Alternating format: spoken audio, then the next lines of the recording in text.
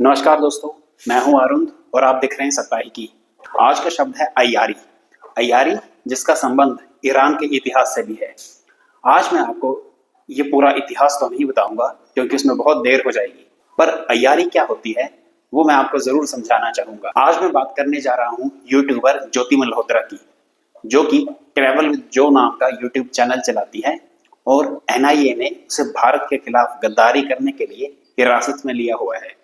दरअसल दोस्तों, कुछ दिन पहले खबर आती है कि एनआईए ने मलेरकोटला से 2 पाकिस्तानी जासूसों को हिरासत में लिया हुआ है, जिनका संबंध पाकिस्तानी हाई कमीशन में काम करने वाले किसी दानिश से है, जिसे भारत सरकार ने 13 मई को person of non grata declare किया हुआ है।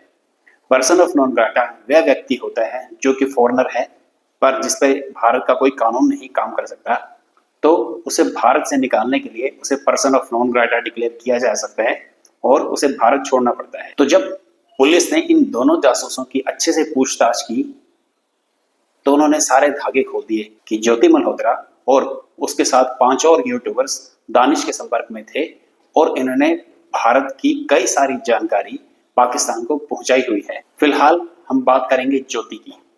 ज्योति का हाल ही में जो कंटेंट आया है, खासकर पहलगाम हमले के बाद, वह काफी हद तक प्रो पाकिस्तानी मालूम पड़ता है। ज्योति पिछले 2 साल में कई बार पाकिस्तान जा चुकी है और उसका जिस तरह का कंटेंट पिछले 2 साल में पाकिस्तान के रिलेटेड था, वह काफी शक पैदा करता है। पाकिस्तान जाना, वहाँ के कल्चर के बारे में अच्छी बातें करना और ना जाने क्या क्या। मुझे इससे कोई दिक्कत नहीं है, पर दिक्कत तब शुरू हुई जब उसका कंटेंट भारत को गरियाने से शुरू होता है और पाकिस्तान की बढ़ाई करने से होता है। आप कह सकते हैं कि ये फ्रीडम ऑफ एक्सप्रेशन है, आप देश को गाली दे सकते हैं, परंतु किसी के भी कान तब खड़े हो जाने चाहिए जब एक यूट्यूब वीडियो में ज्योति मल्होत्रा पाकिस्तान की नेत्री मरियम नवाज से मिलती है और उससे बात कर रही होती है। आखिर कौन सा यूट्यूबर किसी भी देश का किसी दूसरे राष्ट्राध्यक्ष से या देश के बड़े नेता से इतनी आसानी से मिल सकता है? चलिए वो फिर भी ठीक है, पर ज्योति ने अपने इन्वेस्टिगेशन में बताया कि वह दानिश के साथ इंडोनेशिया भी जा चुकी है और उसके वीडियोस में कई बार ये दानिश नाम के व्यक्ति दिखाई पड़ता है। तो क्या एजेंसी को पहले ध्यान में नहीं आना चाहिए था कि ये दानिश से इतनी आसानी से क्यों मिल रही है, ये पाकिस्तानी एम्बेसी क्यों जा रही है? आईबी के लोग हर जगह मौजूद होते हैं। न्यूज चैनल्स के माध्यम से हमको पता चला कि अपनी इन्वेस्टिगेशन में इसने कबूल किया कि पाकिस्तान से इसे फंडिंग मिल रही थी और ये पाकिस्तान में बैठे व्यक्तियों को स्नैपचैट, टेलीग्राम इत्यादि के माध्यम से वीडियोस, पिक्चर्स इत्यादि भेज रही थी देश की सेंसिटिव लोकेशंस की।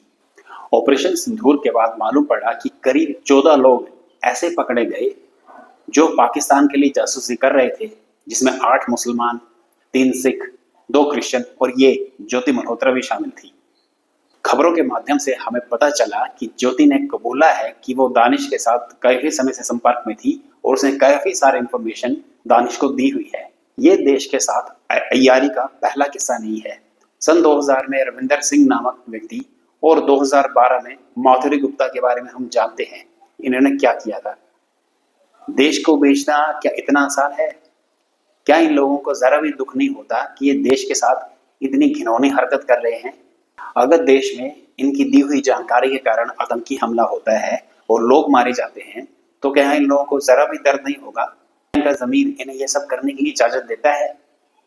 क्या इन्हें जरा भी फिक्र नहीं कि इनकी दी हुई जानकारी से किसी निर्दोष की जान जा सकती है? ज्योति के केस को आप लव जिहाद भी कह सकते हैं, परंतु ज्योति एक बार पाकिस्तान नहीं गई, कई बार पाकिस्तान गई है और वो जानती थी वो क्या कर रही है।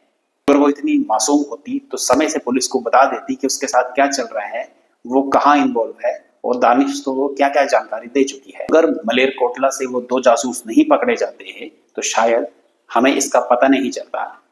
और मैं यकीन से कह सकता हूँ कि इस तरह की अय्यारी में ज्योति अकेली नहीं है। ज्योति के साथ कई सारे इन्फ्लुएंसर्स, यूट्यूबर्स भी मौजूद हैं जो कि देश के विरुद्ध ऐसा काम कर रहे हैं। बहुत सारे यूट्यूबर्स का कंटेंट भारत को गाली देने से और पाकिस्तान की बढ़ाई करने से शुरू और अंत होता है, और यही सब ज्योति के वीडियोस में भी देखा गया। और ये जिन यूट्यूबर्स की मैं बात कर रहा हूँ, ये पाकिस्तान एम्बेसी में जाकर इफ्तारी भी खा चुके हैं। ना ये को चाहिए कि इन लोगों से भी अच्छे से पूछताछ की जाए, इनके पैसे की पूरी जांच हो।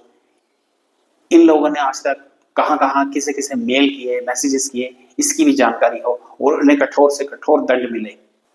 फिलहाल के लिए दोस्तों अभी इतना ही। आप लोगों से गुजारिश है कि इस वीडियो को लाइक कीजिए, चैनल को सब्सक्राइब कीजिए और अपने सुझाव कमेंट करके मुझे ज़रूर बताइए। जय हिंद, वंदे मातरम।